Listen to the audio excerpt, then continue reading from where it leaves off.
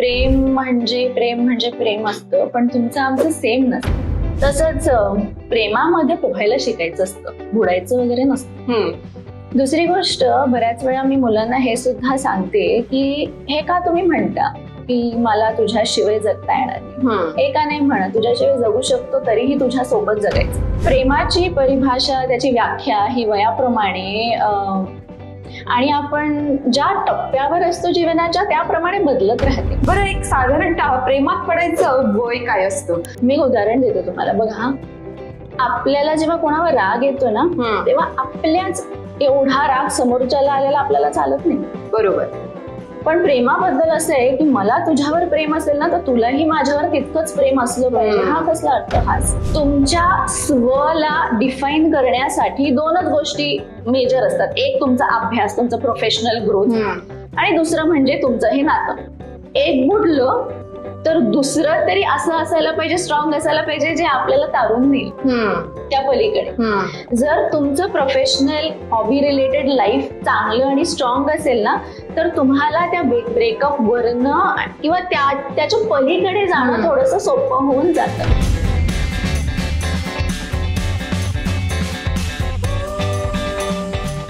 Hello friends आणि नमस्कार पालक हो. मनोविकासच्या आजच्या भागात मी क्रांती तुम्हा सर्वांचं स्वागत करते. अनेक भाग मनोविकासचे तुम्ही पाहताय आणि त्याला छान प्रतिसाद देताय, त्याबद्दल तुमचे मनापासून आभार. आजचा आपला विषय सुद्धा जरा हटके आहे.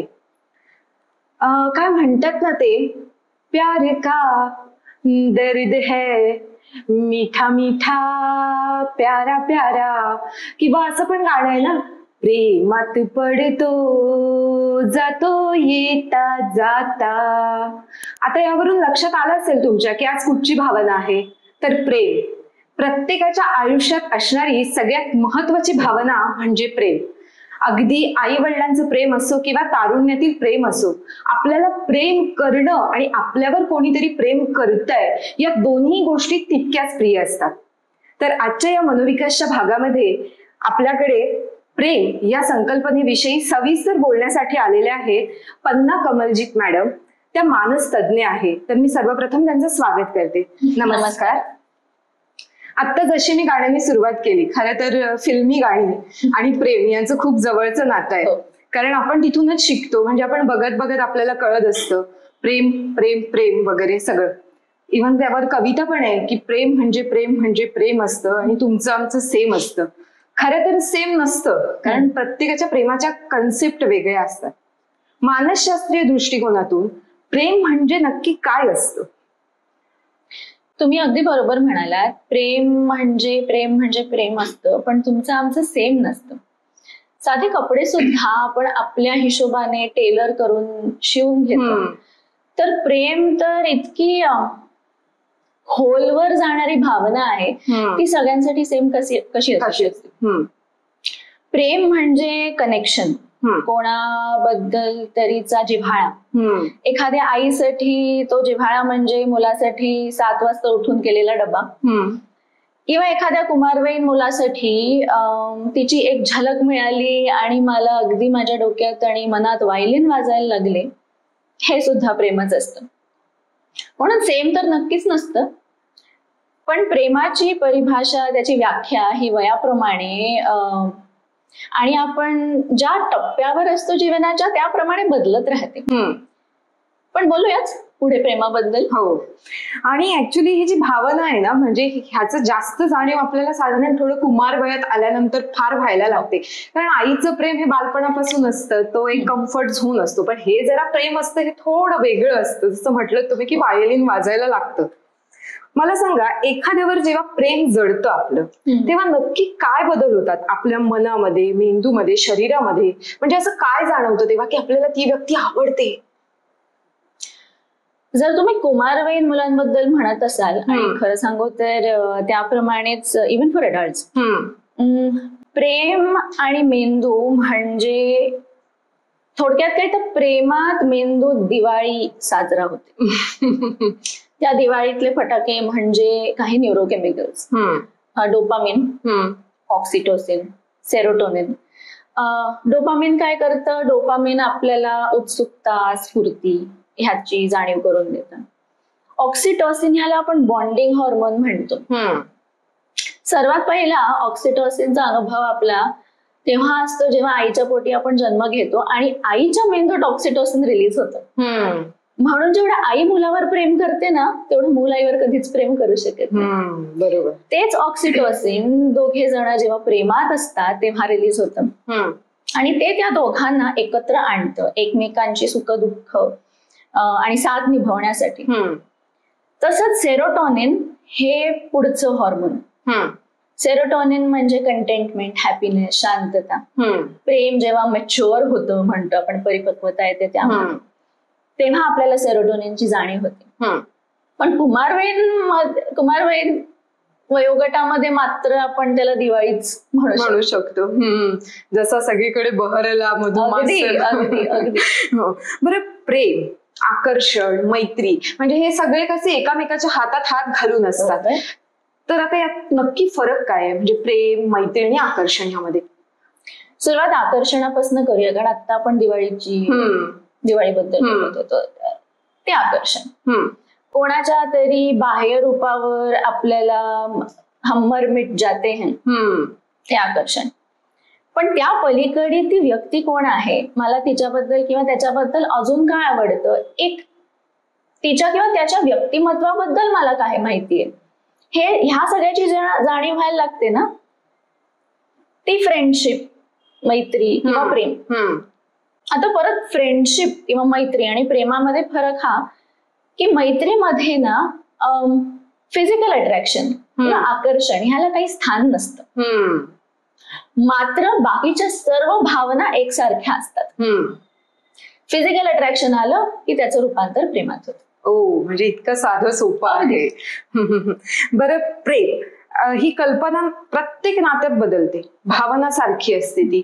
म्हणजे मला मगाशी आपण म्हटलं आई मुलाचं प्रेम म्हणा किंवा मैत्रीतलं प्रेम म्हणा, तरीही आपण म्हणतो की एक त्याच्यामध्ये कंपॅरिझन केली जाते की तुझं प्रेम जास्त आहे किंवा तुझं प्रेम जास्त आहे, तुझं माझ्या भावावरच प्रेम जास्त आहे वगैरे वगैरे. तर अशी का ही तुलना का होते प्रेमात? जर भावना सारखी असेल तर त्यामध्ये तुलना का? तुलना होते कारण जेव्हा आपला जन्म होतो ना एक माणूस म्हणून, आपल्या डोक्यात सर्व्हायव्हल ऑफ द फिटेस्ट हे असं सॉफ्टवेअर फिट केलेलं असतं. त्यामुळे आपल्याला हवं असतं की मी दुसऱ्यांपेक्षा बेटर असली पाहिजे. म्हणून ती तुलना की नाही, मला महत्व द्या, माझ्यावर जास्त प्रेम कर. तू जर माझ्यावर जास्त प्रेम केलंस ना त्याचा अर्थ असा की माय लाईफ विल बी सॉर्टेड. पण कसं माहितीये, प्रेम हे नदीच्या फ्लो सारखं असतं ना. काही प्रमाणात नदीचा आवाजही आपल्याला येत नाही अजिबात, ती शांत असते. आणि कधी कधी त्याचा फ्लो, त्याचा भाव खूप असा इंटेन्स होतो, तीव्र होऊन जातो.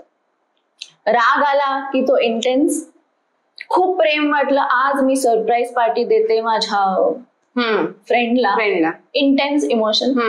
पण आज ना मला मूड नाहीये कोणाशी बोलायचा, पण माझं प्रेम तितकंच आहे. प्रेमाचं मापन होऊच शकत नाही.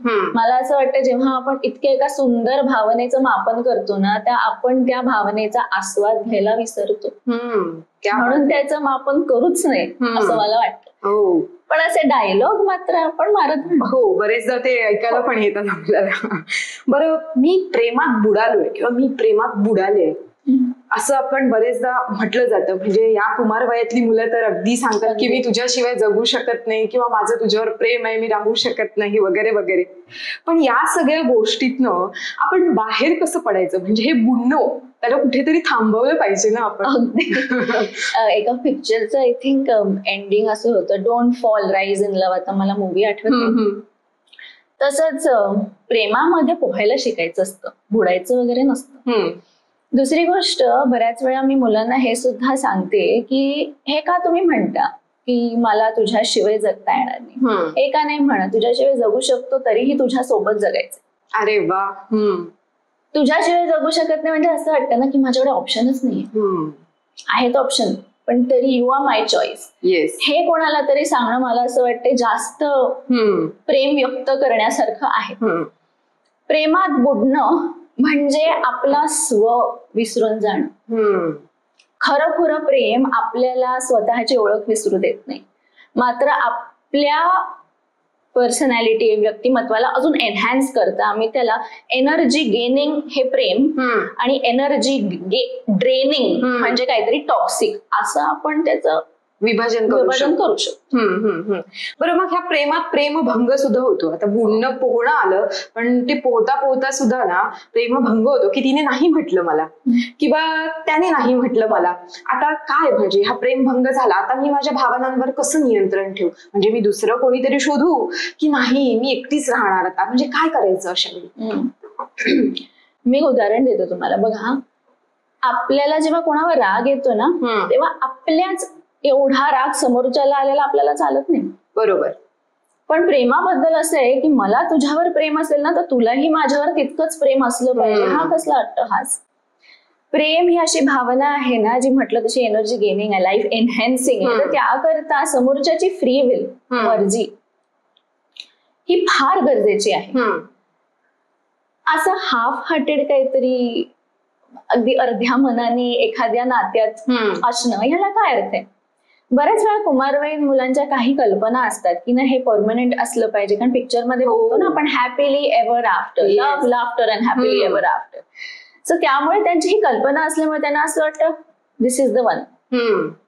गंमत म्हणजे त्यांना हेच माहिती नसतं की मी द वन आहे का, म्हणजे माझ्याच व्यक्तिमत्वाचा अजून अत्ता पत्ता नाही, माझ्या स्वचा अजून अत्ता पत्ता नाही, तर मला कसं माहिती असणार की हीच व्यक्ती द वन आहे. त्या मुलांना मी हे नेहमी सांगते की जसे जसे तुम्ही मोठे होत जातात तसे तुमचे चॉईसेस इव्हॉल्व्ह होत जातात. दुसरीत तुम्ही सांगितलेलं असतात अख्ख्या जगाला मी पायलट होणार. 18व्या वर्षी मी जर अट्टहास धरून बसले की तू मला दुसरीत सांगितलं होतंस तू पायलट होणार आहेस, तुला पायलटच व्हायला पाहिजे, तर तुला आवडेल का? बरोबर. तसंच तुमच्या चॉईस, तुमची आवड निवड, तुम्ही ज्या व्यक्तीसोबत कम्फर्टेबल आहात, ज्या व्यक्तीसोबत तुम्हाला जिव्हाळा वाटतो ही सुद्धा बदलू शकते. मग जाऊ द्या ना. तिथे मी एक डायलॉग नेहमी मारते त्यांना की अगर प्यार करते हो उसे जाने दो, अगर वो भी करते तो लौट आएंगे. त्यागाची भावना इन शॉर्ट. पण हे जे विरह म्हणतो आपण किंवा प्रेमभंग, पण यावेळी नक्की आपल्या असं म्हणजे मनामध्ये काय होत असतं? म्हणजे तिथे कुठचे हार्मोन्स आपले चेंज होत असतात का म्हणून आपल्याला असं दुःख किंवा असं म्हणजे कुठेतरी तुटतंय किंवा असं वाटतं? हार्ट ब्रेक अगदी रिअल वाटतं तेव्हा. आणि हो, जी एक मगाशी मी एक न्यूरोकेमिकल म्हटलं ना ऑक्सिटोसिन, बॉन्ड झाला आणि त्याच्यानंतर तो बॉन्ड माझ्याकडनं कोणीतरी हिरावून घेतला तर मला किती त्रास होईल त्या गोष्टीचा. माझा आवडता टेडी बेअर लहानपणी सगळीकडे जो घेऊन फिरायचे तो हरवला तर एका प्रकारचं ना व्हॅक्युम जाणवतं. जसं की म्हणून लोक म्हणतात ना, असं वाटतं की जसं की somebody has taken of a लिंब ऑफ माय बॉडी. असं वाटतं की कोणीतरी मला हृदयावरती दगड बिगड ठेवलाय असं वाटतं.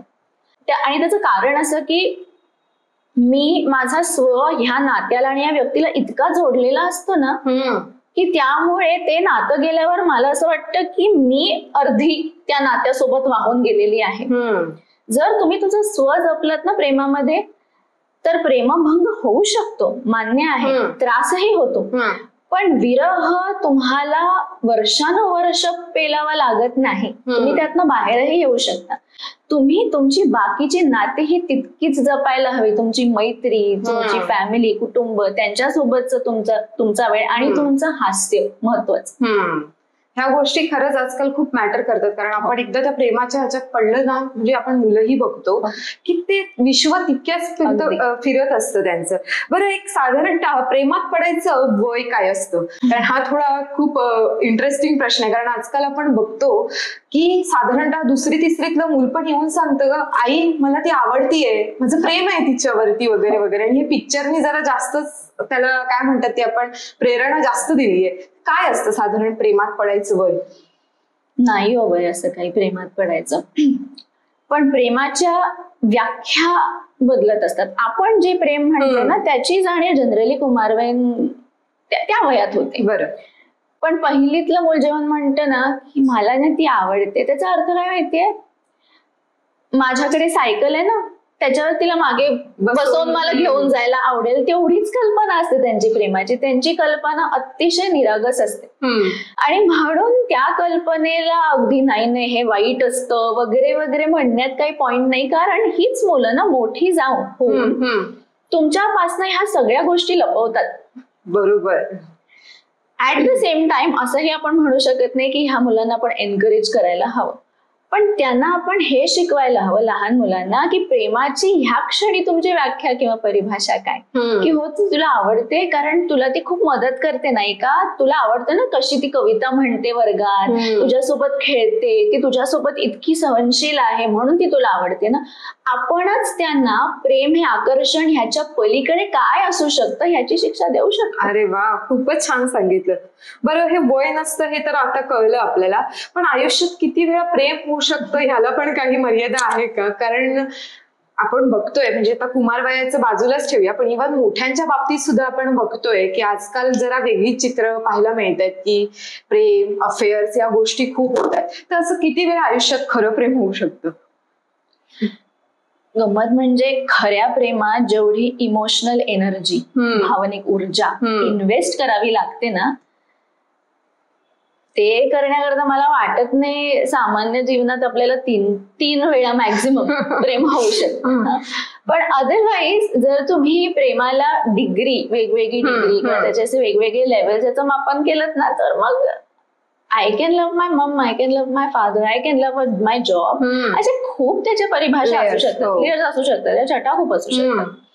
पण खरं प्रेम म्हटलं तसं ना, कोणासोबत तरी समदुःखी होणं, त्या व्यक्तीला I love you on good days and on bad days हे सांगता येणं, त्याच्यामध्ये खूप एनर्जी जाते, बराच काळ जातो. तर त्यामुळे मला वाटत नाही 2-3 वेळाच्या वर जर कोणी क्लेम करत असेल की त्यांना प्रेम होतंय, मग थोडीशी हिस्ट्री घ्यायला हवी त्यांची. बरं, समजा मला प्रेम वाटतंय किंवा आपली कुमार वयोगटातली मुलं आपल्या आई वडिलांशी शेअर करतात हक्काने की मला आवडते किंवा मला पुढे हिच्यासोबत राहायचंय वगैरे वगैरे, पण प्रेमात आपण पडलोय किंवा समोरची व्यक्ती प्रेमात पडलीये, हे आपण कसं ओळखायचं? म्हणजे त्याच्यामध्ये काय चेंजेस होतात अशा वेळी ते आपण ऑब्झर्व केले पाहिजे. कारण ऍज अ मानसतज्ञ म्हणून तुमच्याकडे असे बरेच येत असतील ना, की पेरेंट्स म्हणा किंवा मुलं म्हणा, तर काय त्याच्यामध्ये ऑब्झर्वेशन्स असतात? म्हणजे अगदी सामान्य पालकांना आमच्यासारख्या लक्षात येतील की आपली मुलं बाबा या ट्रॅकवरती आहेत असं. बर, पालकांकरता मी हे म्हणेन की एक सोपं इंडिकेशन असतं, ज्या वेळेला तुम्हाला असं जाणवतं की तुमचं मूल कमी कंप्लेंट करते, घरी येऊन चिडचिड कमी करते, जनरली जरा बऱ्या मूड मध्ये आहे, तर एकदा बॅकग्राऊंड चेक करायला हरकत नाही. पण मी काय म्हणते पालक म्हणून, माझं मूल जर चांगल्या मूड मध्ये आहे आणि त्याच्याने मूलभूत म्हणजे त्याच्या किंवा तिच्या अभ्यासावर परिणाम होत नाही, कारण पालकांना त्यांचं फार बरोबर, तर मग ठीक आहे ना. त्यांना त्यांचे बाउंड्रीज, त्यांचे लिमिट्स हे जर व्यवस्थित माहिती असतील आणि आपण त्यांना त्या गोष्टी लहानपणापासून शिकवलेल्या असतील ना, तर गंमत म्हणजे ना, हे ओळखायला लागतच नाही. मुलं तुम्हाला येऊन सांगतील, मुलं तुम्हाला येऊन तेव्हा सांगतील जेव्हा तुम्ही त्यांच्या सोबत ते नातं एवढे वर्ष जोपासलेलं आहे की जिकडे त्यांना इतकं फ्री वाटतं की ते तुम्हाला येऊन ह्या सगळ्या गोष्टी, त्यांच्या मनातल्या काही गोष्टी सांगू शकतात. पण त्यांच्या देहबोलीतनं मात्र ह्या काही छटा आपल्याला नक्कीच दिसून येतात. हो, पण आपण स्वतः प्रेमात आहोत हे कसं ओळखायचं? म्हटलं तसं व्हायलन्सचा अर्थ असा की मला जर, आता बघा मी ह्या बाबतीत आधी मी आकर्षण ह्या मुद्द्यावर बोलते. आकर्षण म्हणजे मी मला वाचनाची मला खूप आवड आहे, पण मला 2 पानंही वाचता येत नाही त्याच्याबद्दल विचार केल्याशिवाय, तर आकर्षणाची सुरुवात झालेली आहे.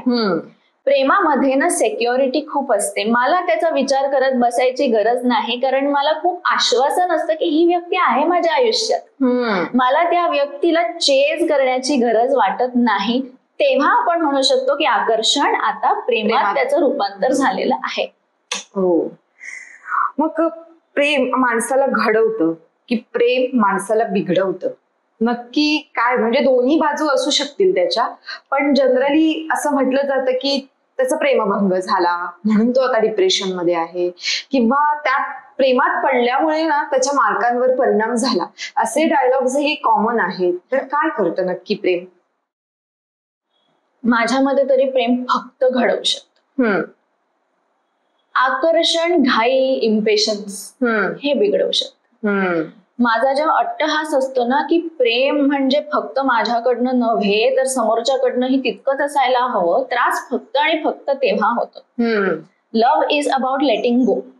जर माझ्या मनात ही व्याख्या फिक्स्ड असेल तर मला प्रेमामध्ये त्रास होणार नाही. कारण माझ्या डोक्यात हे सुरुवातीपासून क्लिअर असणार आहे की मी प्रेम माझ्या मनातनं उमलते, समोरच्याच्या मनात उमलायलाच हवं असा मी हट्ट करतच नाहीये.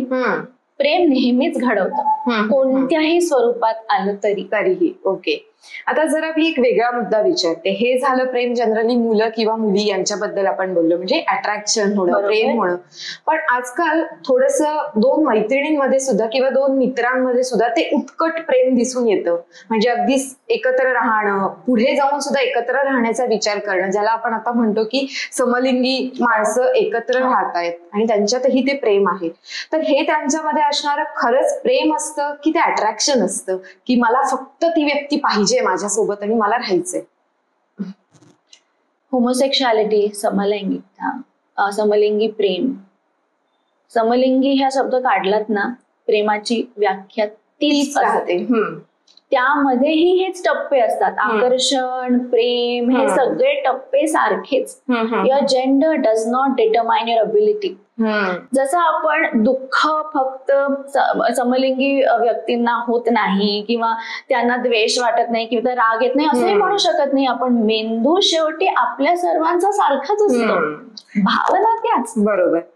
बरं, स्वतःवरती प्रेम करा असं सांगितलं जातं. मगाशी तुम्ही म्हटलं की स्व जपला पाहिजे. आता स्वतःवरती प्रेम करा ही कन्सेप्ट नक्की आपण कशी, म्हणजे तिला ग्रो कसं करायचं? लहानपणापासून तर आपण प्रत्येक जण नकळतपणे स्वतःवरती प्रेम करत असतो, पण ह्या जरा प्रेमाचे जेव्हा वेगवेगळे टप्पे आपल्या आयुष्यात येतात तेव्हा स्वतःवरती प्रेम कसं करायचं?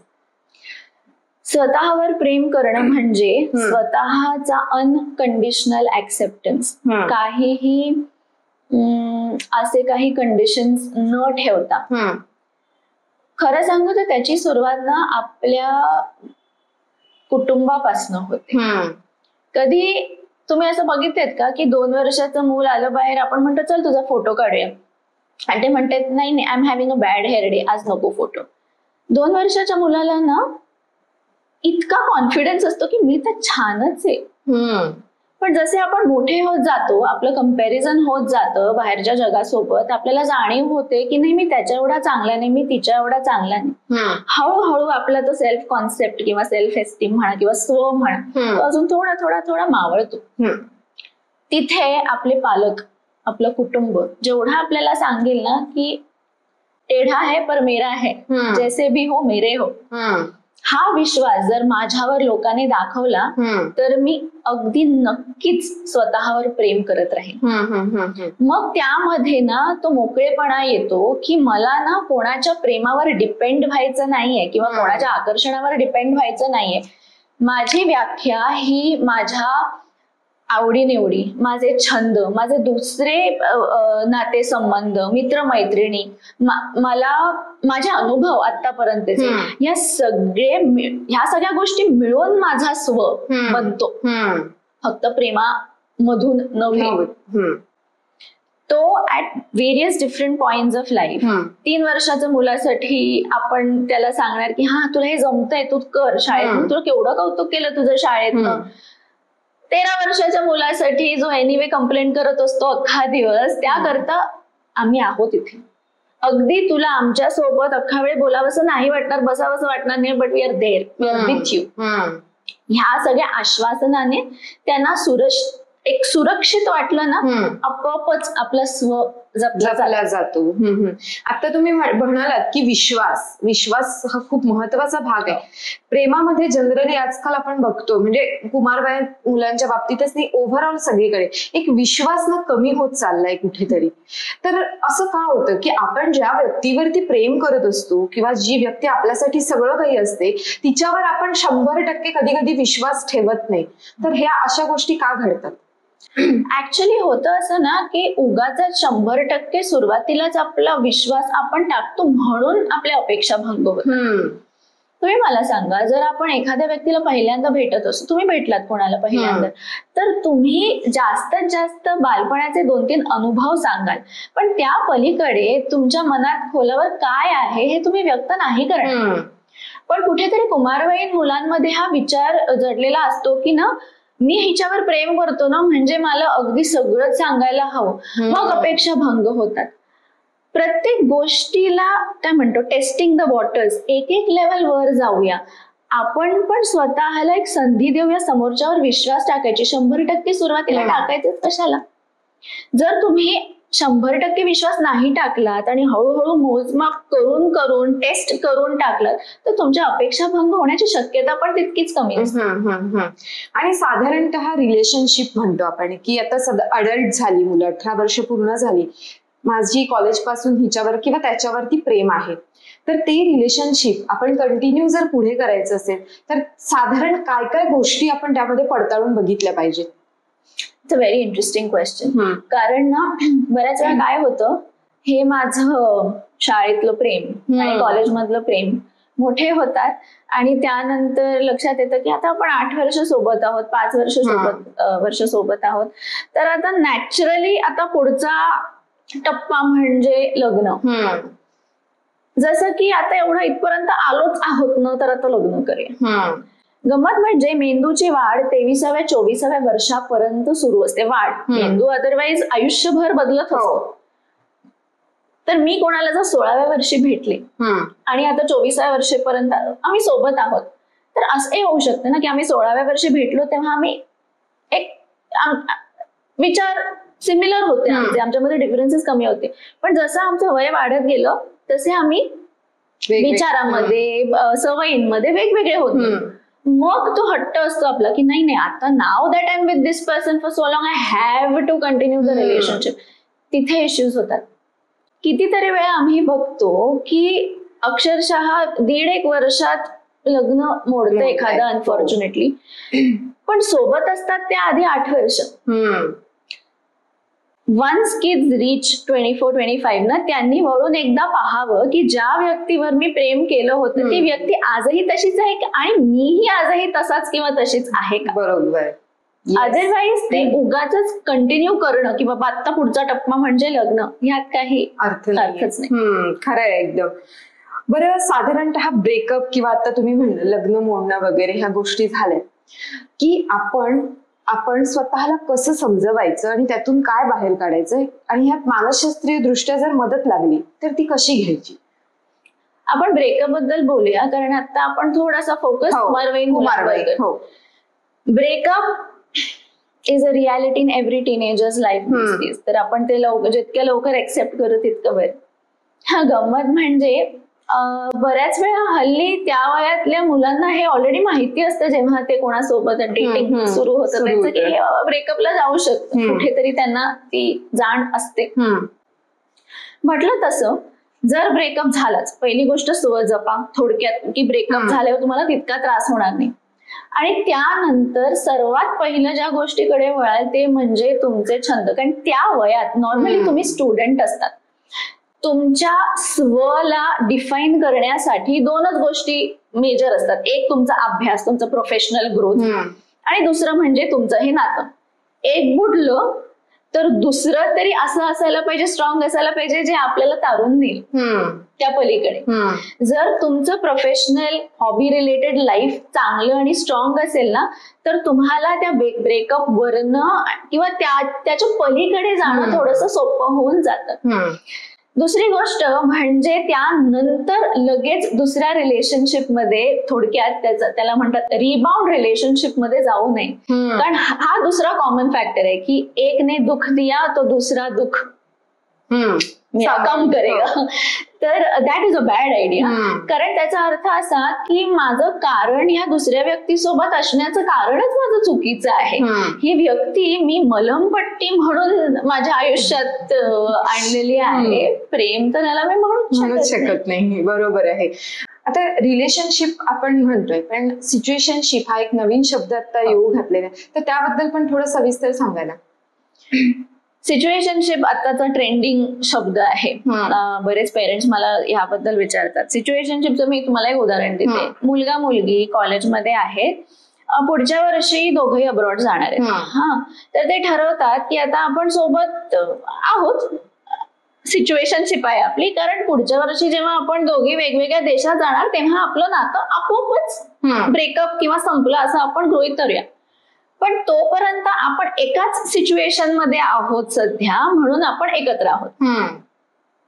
खरं सांगू तर प्रत्येक रिलेशनशिप मध्ये सिच्युएशनशिप असतेच. नवरा बायको एका घरात राहतात, ते एका सिच्युएशन मध्ये असतात असं बघायला गेलं तर. पण सिच्युएशनशिप म्हणजे थोडक्यात काय की नात्याची एक्सपायरी डेट आधीच ठरवलेली असते. ओके, ठरवून केलेलं प्रेम. अगदी तेव्हा आपला एकमेकांना सहवास आहे, कारण आपण एकाच परिस्थितीत आहोत. Physically we are near each other. त्याच्यानंतर याला जोडून आता मला एक अजून प्रश्न सुचलाय की प्रेमात आपण जनरली भावनिक असतो, तितके प्रॅक्टिकल सुद्धा असतो का? हो, प्रेमातच आपण प्रॅक्टिकल असतो. आकर्षण असलं की फक्त भावनिक असतो. मेंदूतले दोन्ही पैलू, विचार भावना तिन्ही, ऍक्च्युली विचार भावना आणि कृती हे तिन्ही एकत्र येतात प्रेमामध्ये. आकर्षणात फक्त भावना येतात. त्यामुळे प्रेम हे प्रॅक्टिकल अगदी हरकत नाही. ते स्व जपतं, म्हणजे ते मेंदूच्या तिन्ही भाग जपतं, नाही का? आणि सध्या जे आता तुम्ही म्हटलं की चॅटिंग वगैरे करणं किंवा ऍप वगैरे सध्या खूप आहेत, म्हणजे डेटिंग ऍप्स वगैरे, तर यापासून सुद्धा पालकांनी आणि मुलांनी म्हणजे पालकांनी मुलांच्या बाबतीत कोणत्या गोष्टी लक्ष द्यावं, कोणत्या गोष्टींकडे, आणि मुलांनी पण ह्या डेटिंग ऍप बद्दलचं जे त्यांच्या डोक्यात खूळ असतं की मी एवढ्या मुलींना डेटिंग करतोय की मुलांना डेटिंग करतोय, तर त्याबद्दल सुद्धा सावधगिरी कशी बाळगली पाहिजे? आता असं झालंय की डेटिंग ऍपचा जो सुकाळ आहे त्यामुळे उलट मी हर्ड दिस फ्रॉम टीनेजर्स म्हणतात नको बाबा डेटिंग ऍप, कारण त्याचा सुरुवातीला क्रेज खूप जास्त होता. आता लोक कंटाळलेत, कारण त्यामध्ये ना असं असतं की 100 लोकांना काही स्वाईप लेफ्ट स्वाईप राईट जे काय असतं ते आता मला आठवत नाही ते कोणतं आहे, पण after I have seen 100 people मला असं वाटतं नको. मग त्यापेक्षा मला मुलांनी सांगितलं नाही, त्यापेक्षा मी माझ्या मैत्रिणीला सांगितलं you set me up with somebody, तुझ्या ओळखीने, हे मला करायचं नाही, कारण त्याच्यामध्ये फसवणूक पण खूप होते. बरोबर आहे, खूप होते. आणि आपल्याला वाटतं की मुलींचीच होते, मुलांचीही तितकीच होते. प्लस असं आहे ना की डेटिंग ऍप मध्ये तुम्हाला त्या व्यक्तीबद्दल काय माहिती आहे? काहीच नाही. 4 फोटो होते पण चांगल्या अँगलनी काढले तर मग ती व्यक्ती वेगळी दिसते. त्या व्यक्तीची विचारसरणी, त्या व्यक्तीचे आयडियल्स, व्हॅल्यूज, एथिक्स मला काय माहितीये तुम्हाला? काहीच माहिती नाही. बऱ्याच वेळा मग ती व्यक्ती समोर आली, फर्स्ट डेटला आमची अपेक्षा भंग होते. आता ह्या बाबतीत मला असं नेहमी वाटतं की पेरेंट्सनी ना, कितीही तुमचा जनरेशन गॅप असला ना तरीही प्रयत्न करा, आजकालच्या जनरेशनला कोणती गोष्ट आवडते, त्या पिढीत कोणती गोष्ट व्हायरल होते, ह्या सगळ्याची जाण नक्कीच ठेवा. तुम्ही ती जाण जितकी ठेवाल ना तितकं तुम्हाला तुमच्या कुमारवयीन मुलांसोबत बोलता येईल, संवाद साधता येईल. जर त्यांना ती गॅप जाणवली ना मुलांना, ते डोंट टेल यू, त्यांना वाटतं ह्यांना नाही कळणार. मला त्याचा खूप फायदा होतो जेव्हा मी त्या मुलांसोबत बोलते, त्याच्यामुळे मला हल्लीचा तो लिंगो बऱ्यापैकी माहिती असतो आणि त्यांच्यासोबत कनेक्ट करता येते. It is an instant connect. बरोबर. सो म्हणतात ना, पालकत्व जन्म दिल्यावर सुरू होतं, ते आयुष्यभर सुरू असतं. हो, बरं. आणि पिक्चर मध्ये सुद्धा की नाही, हे जे प्रेम वगैरे जे दाखवलं जातं ना, ते 3 तासात सगळं दाखवलं जातं की आता प्रेमात पडलो, नंतर मी स्ट्रगल केला, स्ट्रगल नंतर पुन्हा आम्ही हे झालो. पण रिअल लाईफ मध्ये ते इतकं काय म्हणतात ते इझी नसतं ते. बरं, कविता, साहित्यातल्या कविता सुद्धा ज्या असतात, प्रेम कविता, त्या सुद्धा असंच असतं की तुम्हाला सगळं म्हणजे चंदेरी दुनियेचा आभास तुम्हाला घडवून देतात. खरंच माणूस प्रेमात पडल्यावरती फार क्रिएटिव्ह होतो का? नाही हो, म्हणजे क्रिएटिव्हिटी मला असं वाटतं उपजत असायला हवी. पण माझी बायको किंवा गर्लफ्रेंड किंवा बॉयफ्रेंड चिडला तर त्याला मनवायचं कसं, ह्या बाबतीतली क्रिएटिव्हिटी मात्र आपली नक्कीच वाटते. तर एका अर्थी मला असं म्हटलं तसं ना मगाशी मी की it makes me better. If it makes me better, it is love. मी मला स्वतःला हरवून बसले, इट इज नॉट लव्ह. मग त्या हिशोबाने जर माझी क्रिएटिव्हिटी वाढली उत्तमच आहे. बरोबर. बरं, पालक आणि मुलांना नेहमी आपल्या पाशात बांधून ठेवत असतात पालक, की तू माझं प्रेम आहे तुझ्यावर, तू असं करू नकोस, किंवा माझं खूप प्रेम आहे रे, तू माझ्यासाठी कर ना एवढं वगैरे. म्हणजे असं थोडंसं इमोशनल चालूच असतं त्यांच्यामध्ये. पण आपल्या मनासारखं मुलांकडून करून घेणं, प्रेम करून करून, हे कितपत योग्य आहे? कारण ते मुलांना आजकालच्या आवडत नाही फार, की जास्त प्रेम करणं हे सुद्धा त्यांना आवडत नाही. एक स्पेस लागते प्रत्येकाला. तर या बाबतीत तुम्ही पालकांना काय सांगाल? जर आपण म्हणतोच आहोत की प्रेमावर असे काही कंडिशन्स नसतात, तर प्रेम करून करून कोणाकडनं ते काहीतरी करून घेणं, मुलांकडनं करून घेणं, हे तर शक्यच नाही. Me if I am the parent of a teenager, तर मी तिला हे नाही सांगू शकणार की तू माझ्यावर प्रेम करतेस म्हणून तू त्या व्यक्तीवर प्रेम करू नकोस. मी तिला हे नक्कीच सांगू शकते की माझा अनुभव तुझ्यापेक्षा जास्त असल्यामुळे तुला ज्या ज्या भावना मनात जाणवतात, जे विचार येतात, ते येऊन माझ्याशी बोल ना. माझ्याकडे सगळी उत्तरं नसतील, पण एवढं सांगू शकते की तुझ्यासाठी तो प्रवास सोपा करण्याचा प्रयत्न करेन.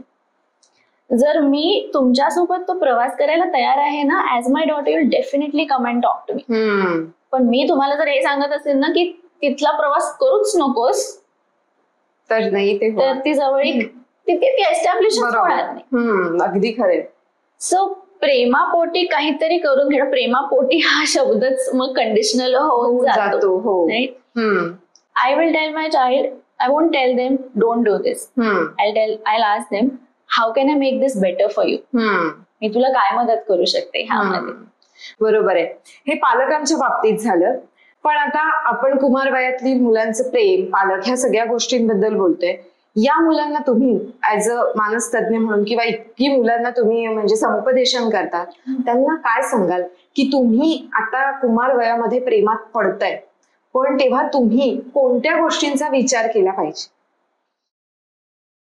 प्रेमामध्ये म्हटलं तसं आकर्षण झालं, मग तुम्ही प्रेमाच्या टप्प्यावर गेलात, त्यामध्ये स्वतःला हे विचारा, मला ह्या नात्यामध्ये सुरक्षित वाटतं का? मला ह्या नात्यामध्ये रिस्पेक्ट मिळतोय का? आणि मी पण देतोय किंवा देते का?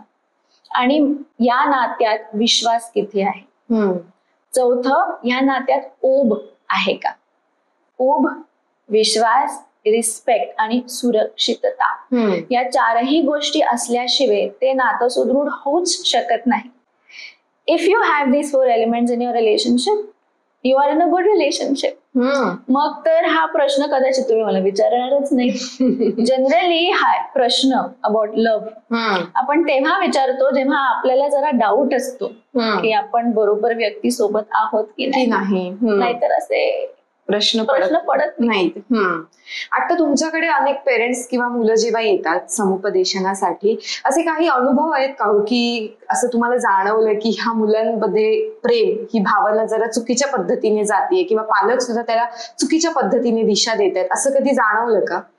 बऱ्याच वेळा पालकांची जी आयडिया असते की प्रेम कसं असावं किंवा कोणत्या वयात व्हावं, ही आणि मुलांची आयडिया मॅच होत नाही. मात्र ना, मला असं वाटतं की आपण नेहमी ह्या लोकांमध्ये फरक काय आहे त्याच्यावर आपण खूप भर देतो. पण मला काही चांगल्या गोष्टी सुद्धा सांगायच्या आहेत.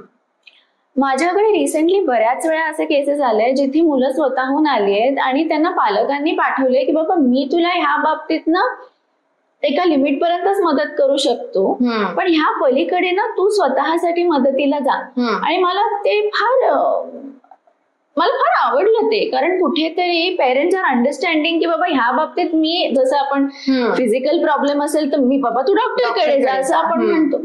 सो अशाही गोष्टी घडतात. मुलं स्वतःहून येत आहेत, ते म्हणतायत की बाबा मला ना ह्यामध्ये असं बुडायचं नाहीये, मी स्वतःला हरवून बसलो, हे मला आवडत नाही.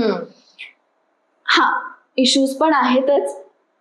मेजरली मॉरल सेन्स की हे चूक असतं, हे बरोबर असतं. सायकॉलॉजीमध्ये एक मूळ विचार म्हणजे ब्लॅक आणि व्हाईट काही नसतं, सगळं ग्रेचे शेड्स असतात. ज्या दिवशी तुम्ही चूक आणि बरोबर ह्याच्या पलीकडे बघाल ना, तुम्हाला सगळ्या भावनांमध्ये चांगलं आणि वाईट दोन्ही दिसेल. So this is what I majorly see, जे जनरेशन गॅपमुळे होतं ते. दुसरी गोष्ट म्हणजे बऱ्याच वेळा पालकांना काळजी ही असते, म्हणून मी मगाशी म्हटलं की पालकांनी सोशल मीडिया म्हणा का डेटिंग ऍप्स म्हणा का ह्याचा अभ्यास स्वतः करावा. कारण तुम्हाला तुमच्या मुलांना सर्वात जास्त सेफ हल्ली कुठे ठेवायला लागतं ते म्हणजे इंटरनेटवर. फिजिकल सेफ्टी एक वेळ तुम्ही मॅनेज करू शकता की तुम्ही म्हणू शकता बाबा इथं जाऊ नकोस. इंटरनेटवर तुमचं मूल कुठेही फिरून येऊ शकतं, तुम्ही त्यावर कसा ताबा ठेवणार? सो ती माहिती नसल्यामुळे बऱ्याच वेळा मी प्रॉब्लेम्स होताना बघितले. तुम्हाला एक उदाहरण देते. No this is an extreme case, पण एक उदाहरण म्हणजे मुलगी आली एक माझ्याकडे आणि ती म्हणाली की मी अशा अशा मुलासोबत होते, काही फोटोज त्याच्याकडे आहेत आता माझे, विचार नाही केला तेव्हा, आणि आता तो मला थ्रेटन करतोय. मी आई बाबांना नाही सांगू शकत ना. दिस इज अ प्रॉब्लेम.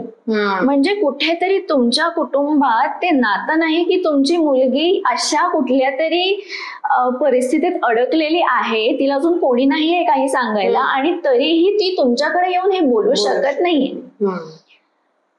हे जर इंटरनेट सेफ्टी बद्दलची माहिती आणि तुमची व्यवस्थित जवळीक असेल तर ते एवढ्या टोकावर जाण्याची शक्यता खूप कमी असते. बरोबर आहे, खरंय.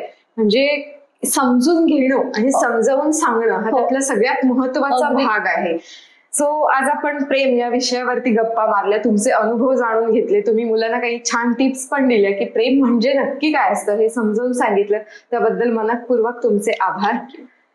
आणि तुम्हाला हा व्हिडिओ कसा वाटला हे आम्हाला YouTube वरती कमेंट करून जरूर कळवा. व्हिडिओ आवडल्यास लाईक करा, शेअर करा आणि YouTubeला आमच्या सबस्क्राईब करा.